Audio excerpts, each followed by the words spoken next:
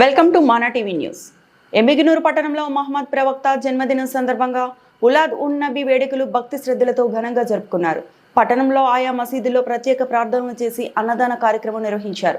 స్థానిక జామియా మసీదు నుండి ముస్లిం సోదరులు జెండా చేతబట్టి నారే తక్బీర్, అల్లాహు అక్బర్ అంటూ నినాదాలు చేస్తూ ప్రదర్శన నిర్వహించారు. ముందుగా స్థానిక జామియా మసీదు, కునీ పంజా మైదానం, సున్నంబట్టి మసీదు, గోనెగండ్ల రోడ్డు, హఫీజ్ మసీదు, గాంధీ సర్కిల్, సోమప్ప సర్కిల్ మీదుగా తిరిగి జామియా మసీద్ వరకు శాంతి ర్యాలీ నిర్వహించారు. ర్యాలీలో అవాంఛనీయ సంఘటనలు చోటు చేసుకోకుండా పోలీసులు వారు బందోబస్తు నిర్వహించారు. ఈ ర్యాలీలో ముస్లిం సోదరులు, యువకులు పెద్ద ఎత్తున పాల్గొన్నారు.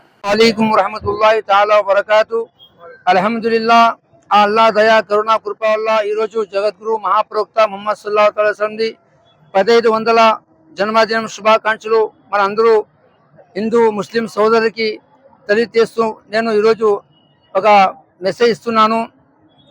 ఈరోజు మనం అందరూ ఒక ఈ మహాప్రవక్త సల్లల్లాహు అలైహి వసల్లం జన్మ శుభ దినంలో మన అందరూ ఒక తల్లి బిడ్డలాగా కలిసి ఉండాలని కోరుతున్నాను.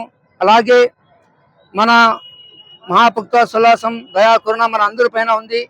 ఆయన జన్మించిన దినంలో ఆ అల్లా తన ప్రియ ప్రవక్త ముహమ్మద్ సల్లల్లాహు అలైహి వసల్లం జన్మదినంలో ఆ దినం ప్రతి ఇంట్లో మగ పిల్లని జన్మించినారు, కానీ ఆడ పాపని జన్మించలేదు. ఎందుకంటే ఆ కాలంలో మక్కాలో ఆడ పాప పుడితే అశుభం అనుకుంటుండే.